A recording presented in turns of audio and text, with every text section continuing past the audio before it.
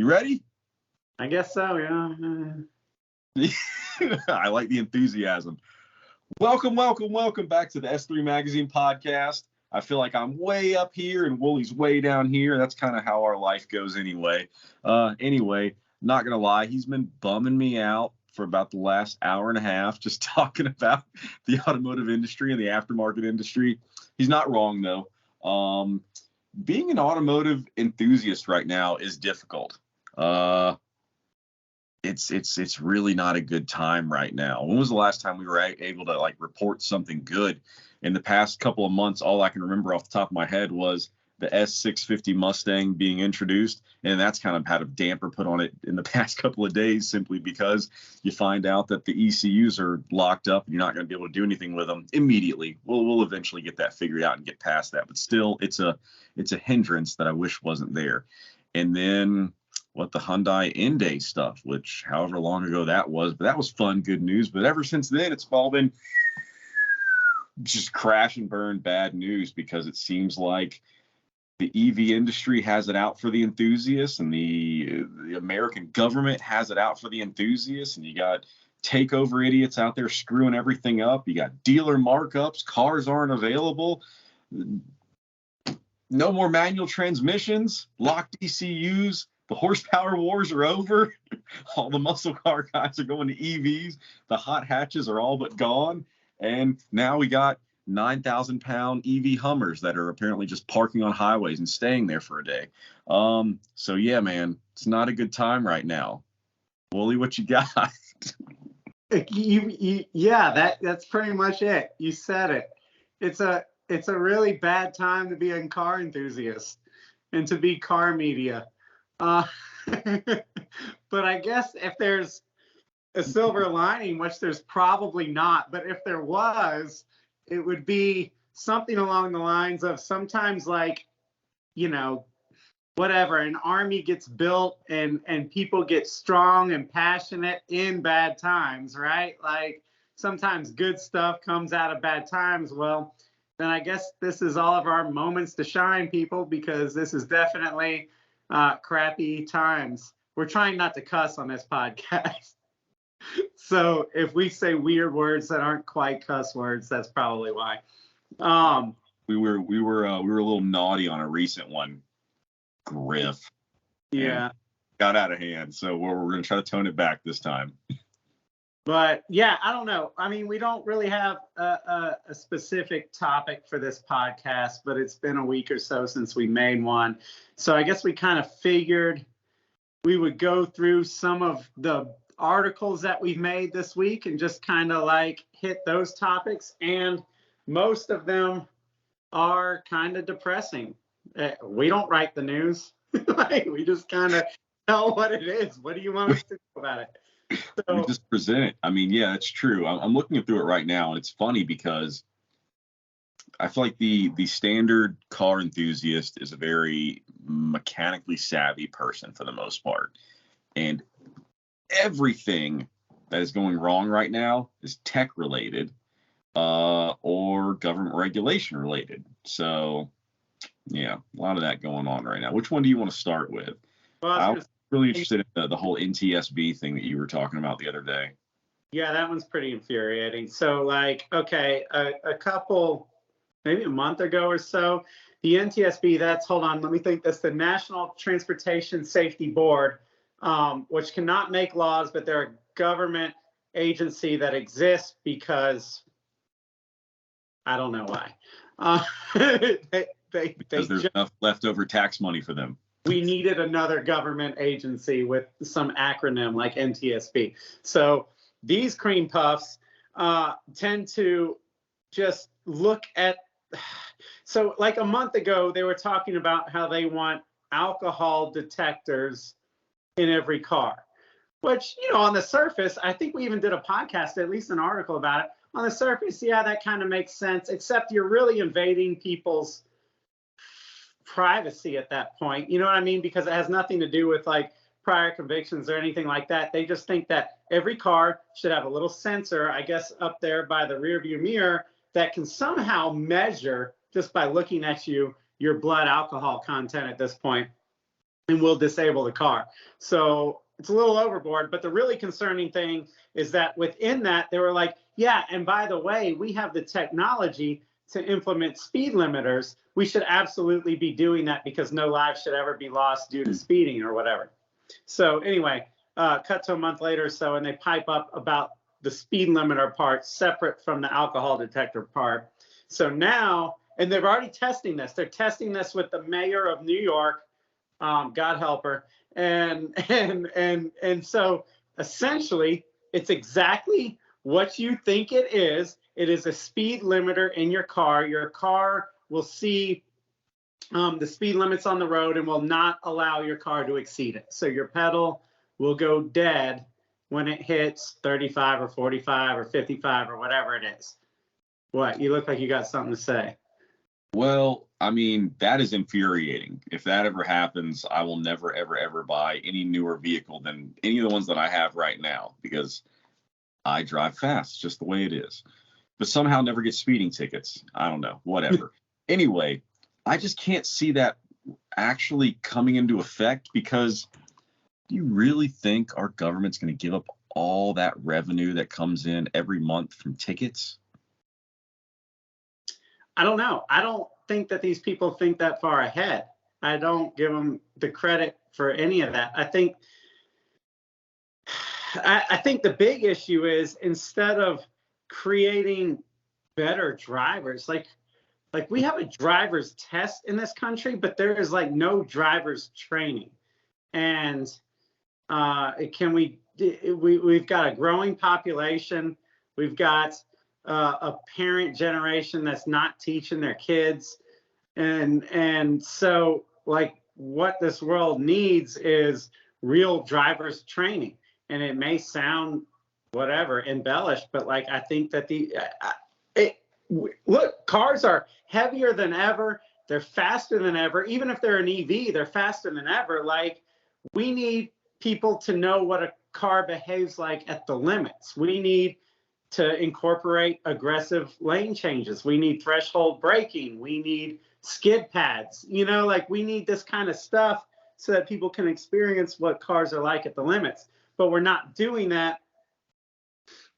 We just keep doubling and tripling down on technology to basically protect people from themselves. And that never, ever, ever, ever remedies a problem. It never makes a better driver or a better human. It makes a more distracted driver that's more incapable, period. And especially should the technology fail. And it will. It's funny you say that because I always like to look at things from an engineering perspective.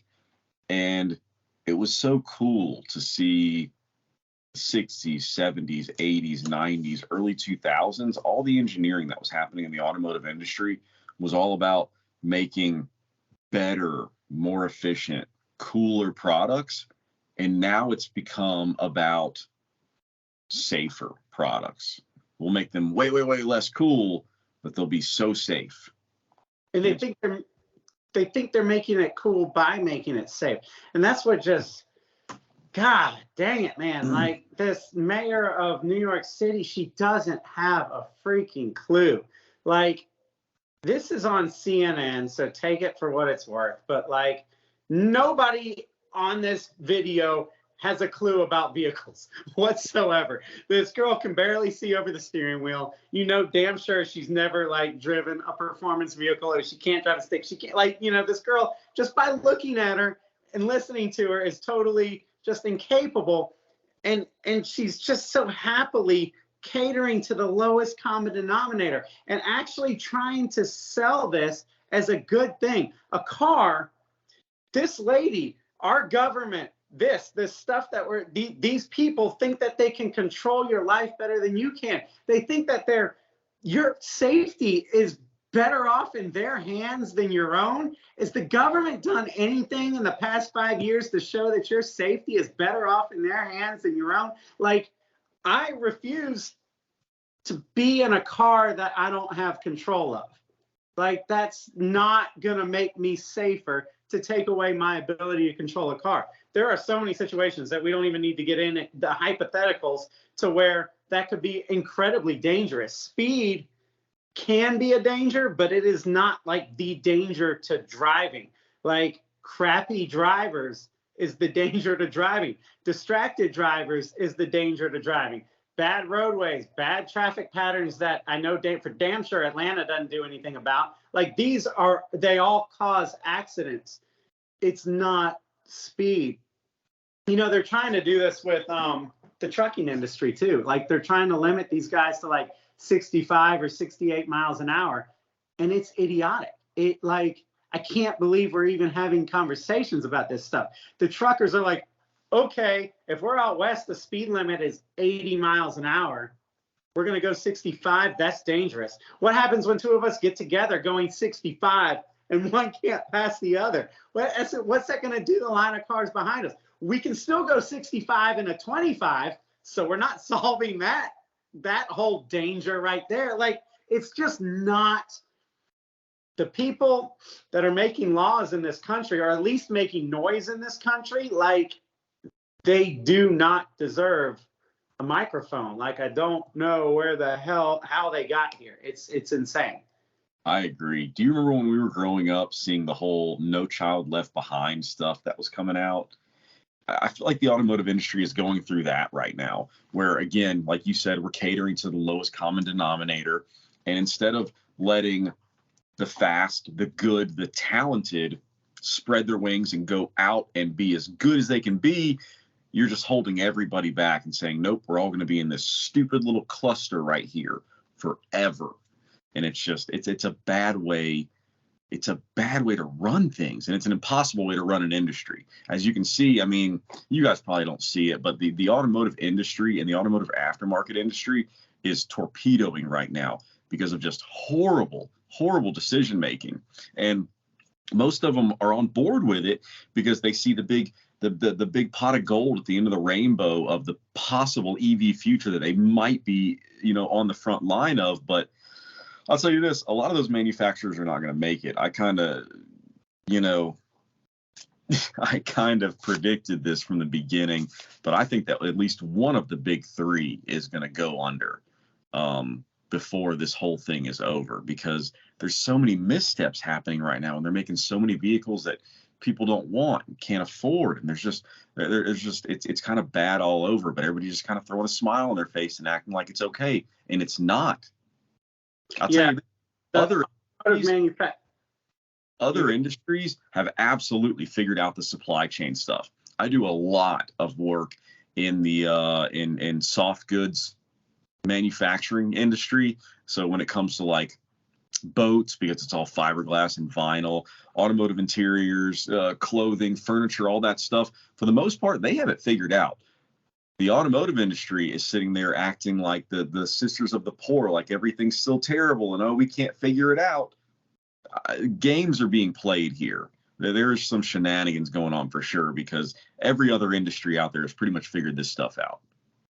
Yeah. I was going to just, in general, the automotive industry, they are catering to people that don't care about cars, and that could very well be their tragic flaw, like in this whole thing. Like I get that not everybody's going to be super diehard about cars, but like, you're catering to people that not only don't care about them, but they don't even want to drive.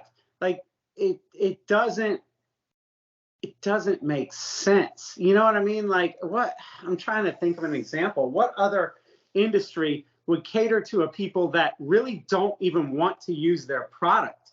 Like, you know what I mean? Like it seems to me to be just bad business. It's a lot of virtue signaling. It's a lot of just, whatever, screwed up mentality of the era. But like, you should make cars that people who like cars, make cars that would appeal to people that like cars and that understand cars. And then those people will set the trends. It used to be car companies kind of made cool cars. And like, if you didn't like it, you could go buy a car from a car company that made generic stuff. But right now, they're catering to people that don't like cars. Now, how is that going to play out? You know what I mean? Like, it's like an interim phase, and eventually people are just going to be like, I don't know. Like, why are you making cars for people that ultimately do not want to drive them, while you're abandoning people that care about cars, and simultaneously you're losing America's love affair? And it's not just America, it's Europe too is going through this. The love affair that people have adopted for cars is getting lost. It is lost. It's gotten lost over the last generation. And then this next one will do it in, like, if they don't change their ways. So I don't understand the business plan there. And you were talking about manufacturers and you know, maybe some of the legacy guys not making it through this. I think that's very possible, because I think they're giving too much of their business away to outsiders, and we can get into that later. But even SEMA, even our own aftermarket industry, they thought that the best way to do this was to play nice with the EPA. And they think that if they play nice and they try and like somehow get to be buddies, that these guys won't come down on them. Like, it ain't gonna work. Like, it is time to fight this. It is well past time to fight this stuff. And they're gonna sit there and agree with it and try and play ball until all of a sudden there is no aftermarket industry left. Yeah, I am very worried about what's going to happen with the aftermarket industry moving forward. I mean, you're already seeing it. Like, most of the aftermarket industry, other than wheels, tires, brakes, suspension, everything else revolves around gas-powered motors, gas or diesel-powered motors, internal combustion engines. And the government has all but said, you guys will be gone in 12 years. And on top of that, now you've got manufacturers pulling cheeky little tricks where they're locking the ECUs and just making everything more difficult. I mean, like, if ECUs are locked, well, let's look at it from you know, the perspective of one of our good buddies, the guys who run Vortex superchargers. Okay, we're just going to take them as an example. They make their bread and butter off of the fact that the horsepower wars has been going on for the last 10 plus years now with the big V8 boys, right? And business has been really good for them because everybody's been making their muscle cars, and everybody wants to throw a supercharger on those things. Okay, well, now Dodge is out, the Camaro is gone, the Mustang is pretty much the last standing pony car, but ECU is going to be locked harder than we've ever seen before. And it's going to take some time to crack the code. They'll eventually do it. But if that's your only real muscle car platform that you can sell to, and no one's going to buy your supercharger until we figure out how to unlock it, Vortec is irrelevant until that gets unlocked. And then maybe somebody else makes another platform that you can go make a blower for. Like, and that's just one really quick example off the top of my head, but that's the type of stuff that's going to start happening here. And these bad regulations and these poor decisions are going to have real world ramifications on people who like need these sales and need these jobs. People are going to lose jobs, like a lot of jobs, over these decisions that are going on. I don't think a lot of you guys understand how large the automotive aftermarket industry is. It's freaking huge. It's about to be a hell of a lot smaller because of all the bad decisions that are being made. We're coming at this thing just too fast. I mean, it seems like the people in charge just have a vendetta against this industry and can't get rid of it fast enough almost. Yeah. I mean, that's obvious, dude. And that could change with literally an election. That's the weird thing in this country. And that's, like, not to get political, but we have gotten to a point that we can't get to. We can't get to a point where, all right, let's say Biden gets elected, and then all of a sudden he goes, by 2035, all new cars have to be EV, and the entire automotive aftermarket the automotive industry, the manufacturers that have just been rocked by Corona and supply chain, now have to change everything and go on a fast track to EVs while simultaneously still making internal combustion vehicles for the large part of America that has no interest in EVs. So they're like making cars for completely divided customers and having to change everything. And then if Biden does not get elected, and let's say we have a Republican get elected that's as far right as he is left, then it's like, okay, so everything that he did, screw that. We're not going to do any of that. You guys make whatever cars you want and the consumer will decide. Well, then these guys are going, well, freaking great. Now everything that we've done, we've completely derailed our company in the last 4 years. And now you're saying we didn't have to. And then the next president will get elected and it'll be further left. And we can't have a country like this. This is not going to work, not only for the country and the divisiveness, but just for the businesses in the country. You cannot do this to these guys. Like, these aren't just little changes that they can make on a Monday. These are serious you are disrupting 120 years of automobile history here. I'm not saying that EV should not be pursued. I'm saying that it should be pursued naturally. It should be introduced in the market based on natural demand. I mean, going back to the Vortec example, I was talking to some friends at a company, let's just call them Wally Performance, a legendary hot rodding company. And I was talking about doing an LS swap in my 944.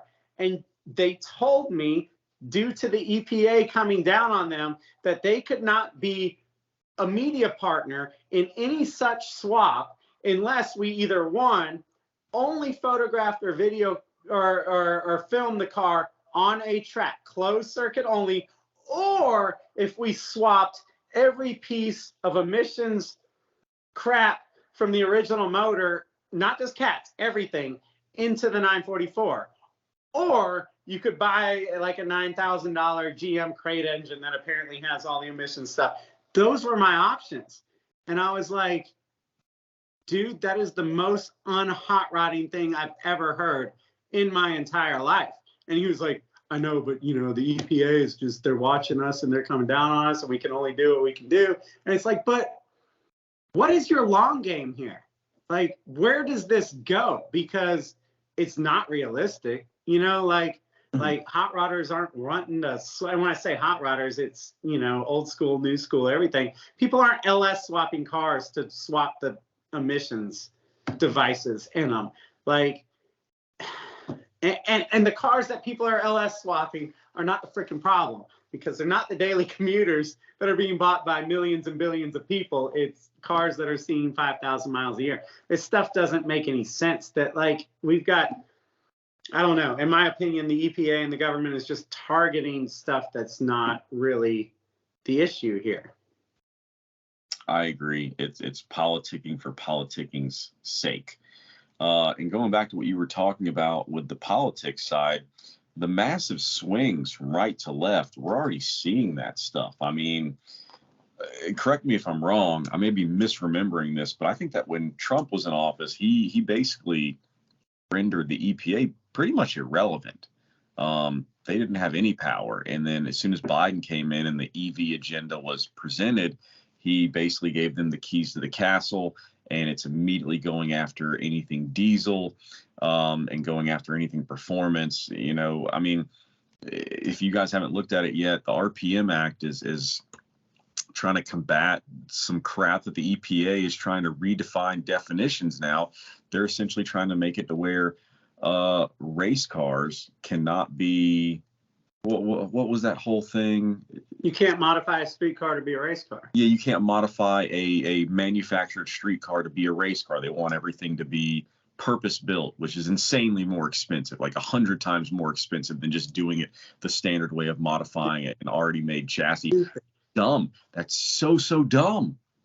A freaking Honda that runs 8 weekends a year around a 2-mile track for 6 20-minute sessions is not the environmental issue here. Like, that's the thing. We've got government agencies that are going out and just fucking pirating people, making their lives harder, making businesses harder, making recreation harder, hurting aftermarkets, hurting, you know, all this different stuff. And it's total horse shit. And the other side of that coin, I guess, to try and transition to this Hummer story, which was another story we wrote about, is like the crap that's going into new cars now is getting asinine. I don't know if we ever finished to talk about this whole NTSB thing.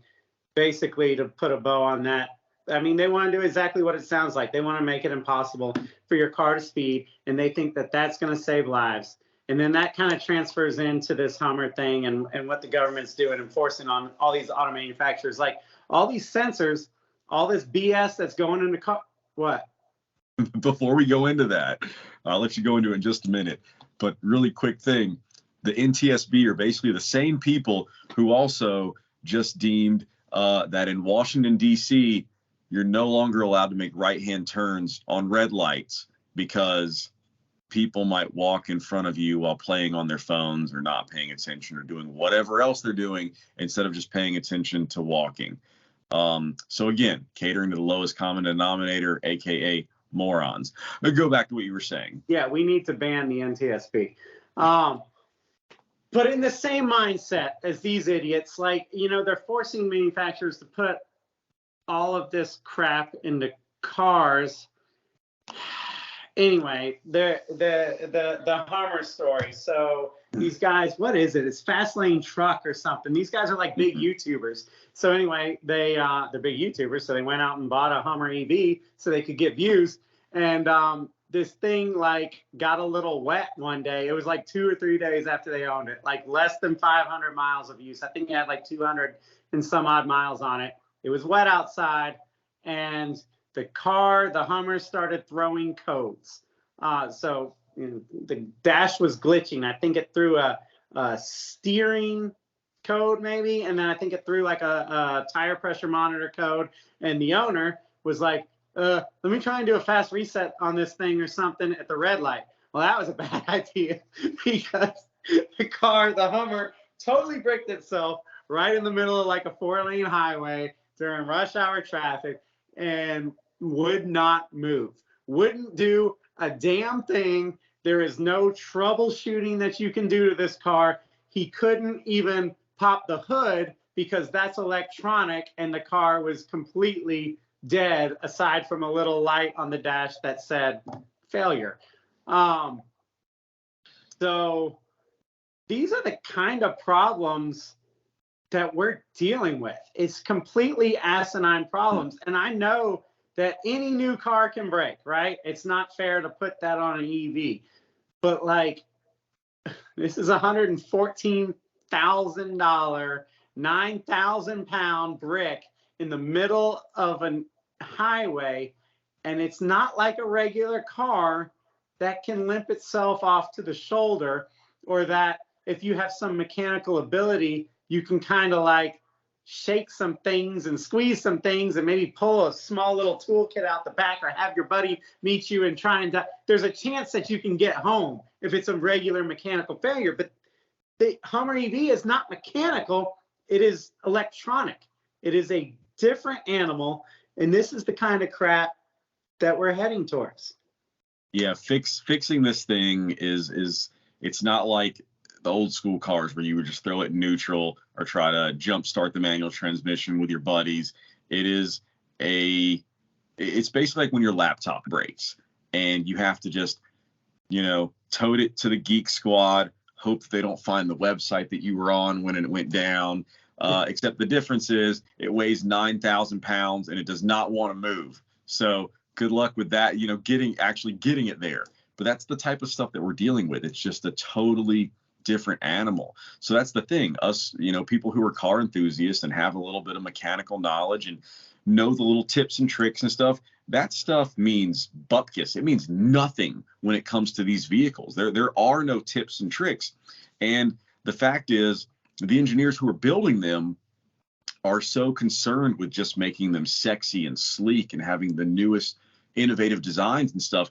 They're not making the needed mechanical fail safes that really need to be in place to avoid situations like this, because there should be a very simple, oh, it did that. All right, well, go in there. There's a little button behind the blah, blah, blah. It disengages the clutch and it'll let you push the vehicle. Nope, it doesn't do anything like that. It just locks the whole thing down and says, return to manufacturer somehow.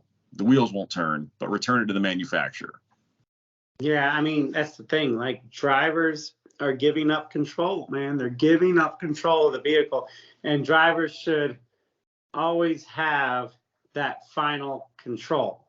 And that's what the automotive industry and this this legislation, this government is trying to do, is take that away. And we're gonna see more and more and more of these types of problems. I mean, I guess you can trace that one back to a sensor getting wet. Something that simple. And that brings us to another article. The taillights on this Hummer EV are $3,000 a piece. So that means if you're, first of all, the car's so freaking giant that I can't imagine anything aside from a semi truck that would rear end you and actually take out the taillights. But if you happen to need a new set of taillights, that's $6,000 for that car before installation. Yeah. Which begs a whole nother problem, that now car manufacturers are making cars that are essentially on the level of freaking airplanes. Like, don't you think, I don't know, this is just a question for anybody out there.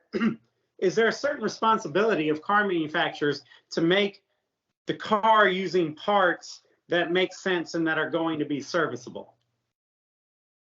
I mean, I think so, but a lot of automotive manufacturers throughout the years have made just money hand over fist by doing the opposite of what you're saying, by making the parts as exotic and as expensive as possible. So you've got this cool car that you really, really love, and then you take it in for service, or because you got to do a little fender bender and you got to replace something. And it's like, holy crap, that's how much? It doesn't make any sense, but it happens all the time. And at that point, it's like, I got you moment. You've got no other option. You have to do it. I mean, I guess it comes down to being an educated buyer, which most EV buyers are not, to be quite honest. Most buyers in general are not.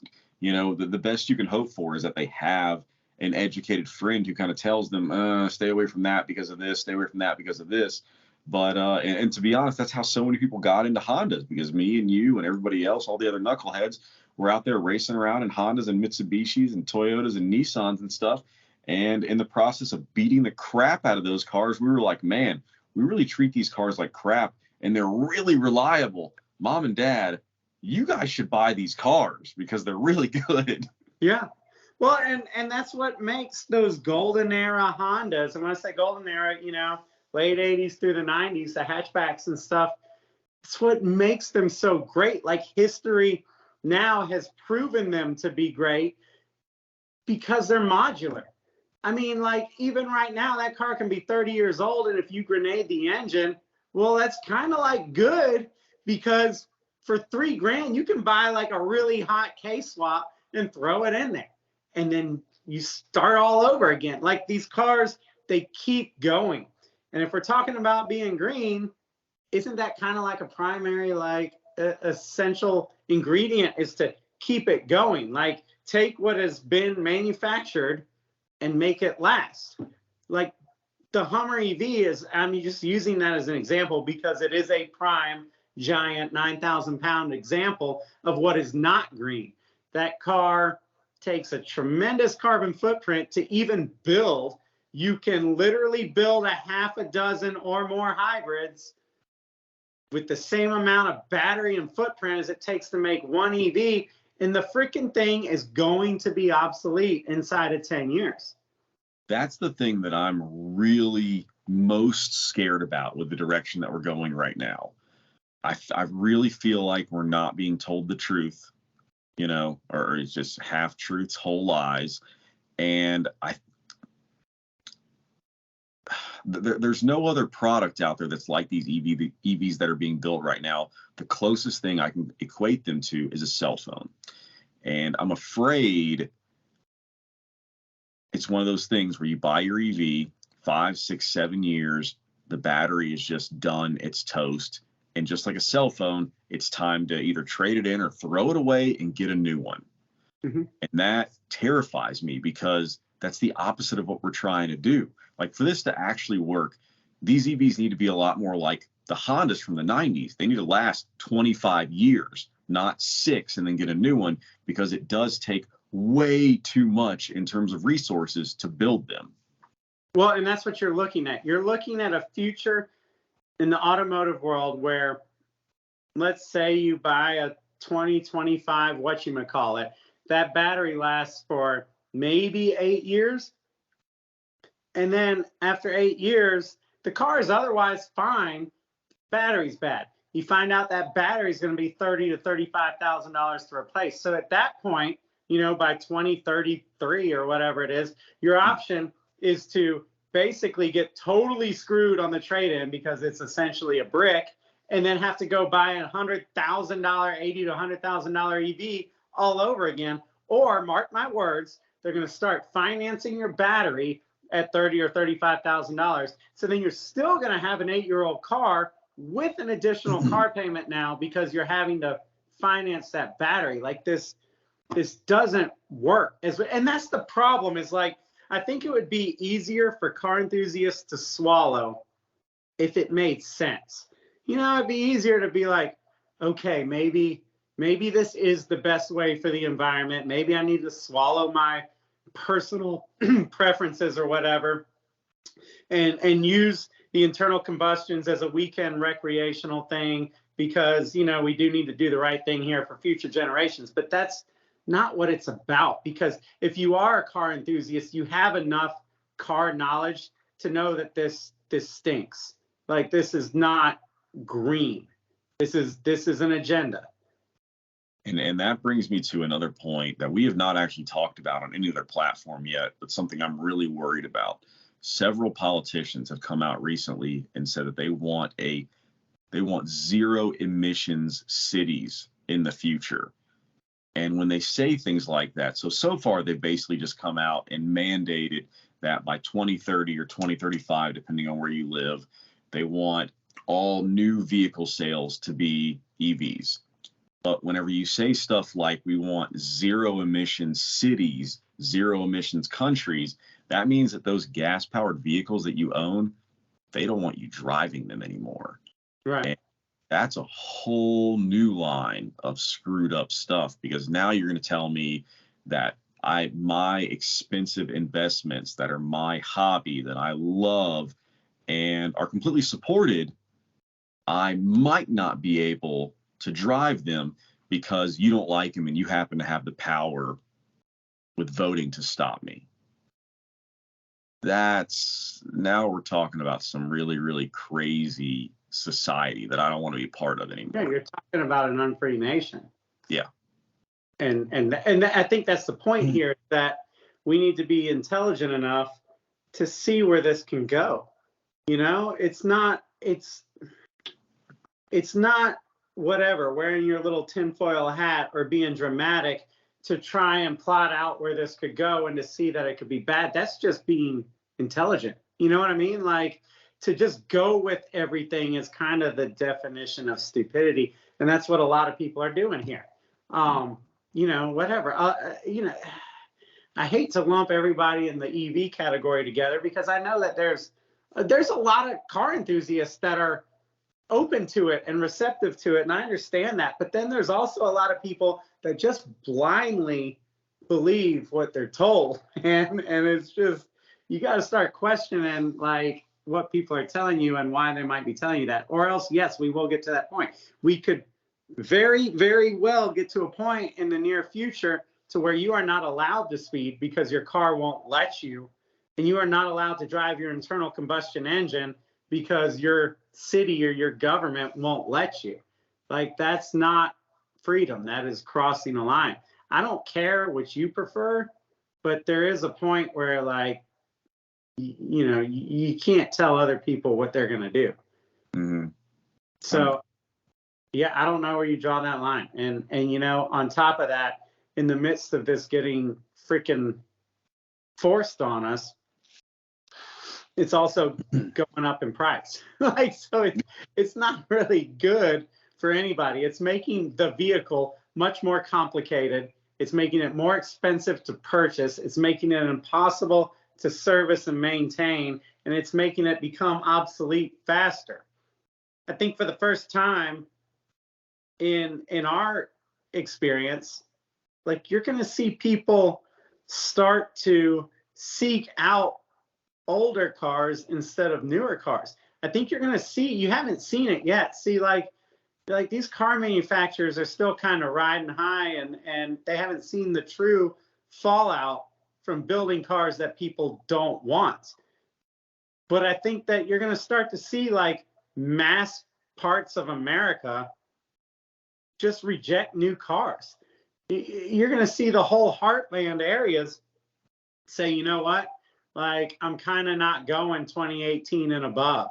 I'm going to get, the base model Silverado that had, the regular radio and the roll-up windows and all the stuff that I can maintain, that I can fix if it breaks, and I'm just going to drive that for the long haul. And then what is the car industry going to do at that point? Like, again, in our lifetime, in America's lifetime, we've never been at a point where people don't want the new cars. People have always wanted the new cars, but we're in uncharted territory here. What happens if people stop buying them? Well, that's a very real possibility. I mean, manufacturers, for the most part, have kind of quietly switched. I can't talk anymore. It's too late. They've kind of quietly swapped over to just-in-time manufacturing, where instead of, just making as many vehicles as possible and pushing them out there and sell, they're literally just pulling it back and saying, this is what we need to sell, so that's how many we're going to make, just over that. But I lost my train of thought. Crap. Well, that stuff to me is just bad business. That is like that post-corona kind of twisted mindset where we found a loophole here. Instead of making as many cars as we can, so as many Americans as possible can buy them, so we can outsell our competition, they're going, oh, we found a loophole here. If we can build just less than what the demand is, we can just keep getting like the most money for each one. We can lay off a lot of workers, run the machines at half mass or half pace or whatever you say, and just operate like that.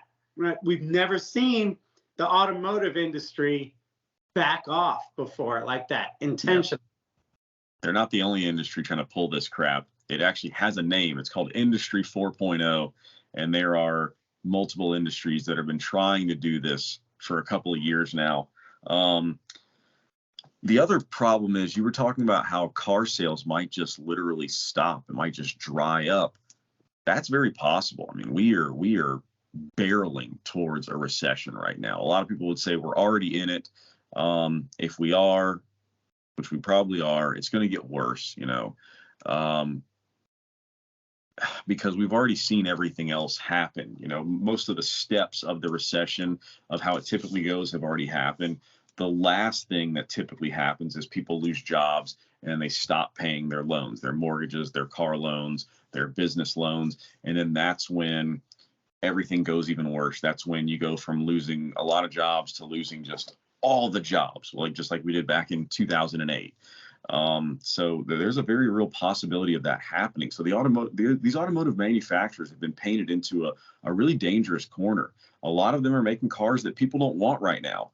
And even the people that do want them, a lot of them can't afford them. And even the ones that can afford them can't freaking find them. And you're about to cut off that demand. So if you have all those roadblocks, all those issues, and all of a sudden the demand falls, the price and everything else is going to plummet with it, and it's going to have to. But the next problem is, these manufacturers, they're making new products now they've never made before, in terms of the EVs and the hybrids and stuff. So their costs are not low. So they can only go so low on that pricing. You might get to a point where, like, if it gets bad enough out there, literally no one will be buying vehicles. No one. Yeah. Cool. Well, with that,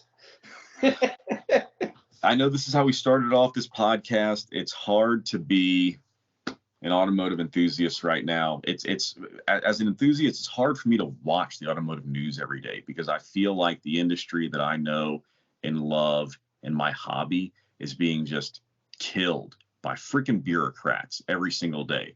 And it makes me sick. I can't stand it. Every once in a while, dude, I get like a little bit of good news. Like I'm looking at another article we wrote about the new Lotus Fittipaldi edition, and it is an EV, but it's different. It is exciting. Like the fact that it's an EV doesn't define it. It's like a badass car that happens to be an EV, and you see that those little stories in there that are few and far between, and you feel it again. Because trust me, dude, like writing articles all the time, I'm like, dude, what is wrong with me? Why is everything so negative? Is it me? Am I jaded? Have I been doing this too long? And the answer is no. Like it's literally the environment that we're in, and it's the automotive industry, and it does suck right now. And it's these little things like this Lotus that remind you, like you feel that energy. Like that's what this is supposed to feel like. That's what the automotive industry felt like when I was a kid. You used to like anticipate the future like through a car. Used to be like, oh my God, that thing is so freaking, like when you're a kid, you're like, that F40 is like mind blowing. What are cars gonna be like when I grow up? Who would ever thought it would be fucking Honda and Sony joining forces with GM to make an EV that you could practically buy at Best Buy? Like it's the dumbest crap. And it is our duty and y'all's duty listening, don't get beaten down by, you can get beaten down and mad by it, but like, don't let it beat you. Don't think that it's you, because it's not you. There needs to be people out there to at least speak up and say, hey, this blows. This is stupid. Yeah, it's not that I hate EVs. I actually think that it is a path that we need to look down. I don't think it's the cure-all that so many people do think it is. Anyway, I hate the fact that the automotive industry has basically turned into IKEA. Let's call it what it is. It's basically turned into IKEA. I hate flaccid internal combustion engine crossovers more than I hate most EVs because they're just boring. I hate boring, soulless, just bad vehicles, and that sucks. What I hate even more than that is when the government tells you that's all that's going to be available. So that's kind of where I stand on everything, just so everybody's clear on it. I'm not just some EV hater. I just hate bad cars. And I really hate it when governments tell you have to buy said bad cars. Well said. All right. So well said. We'll end it at that.